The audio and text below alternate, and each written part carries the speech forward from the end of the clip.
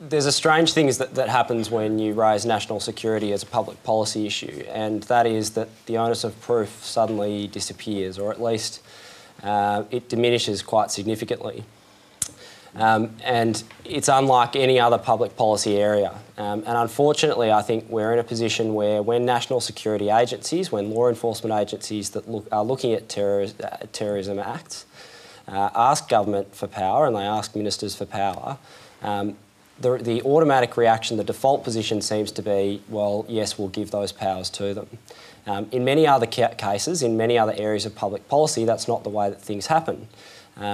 Law enforcement agencies or their equivalents, regulators, might come to a minister and say we need powers in this particular area, and they'll be asked to justify them.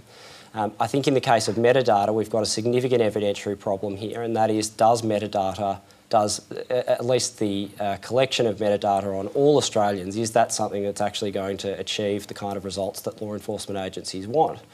And the experience is pretty clear.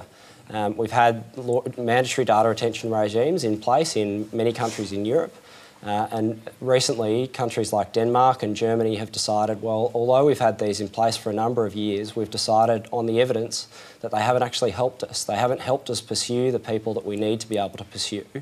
And these powers haven't actually yielded the kinds of results that we would like them to yield. So I think in Australia we need to ask ourselves the question, is a mandatory data retention regime something that we want?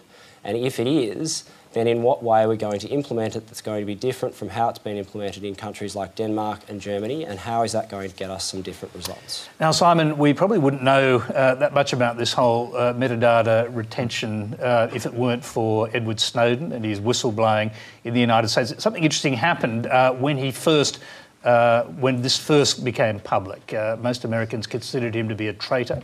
Over a period of time, public opinion changed on Edward Snowden. Did it change as far as you were concerned?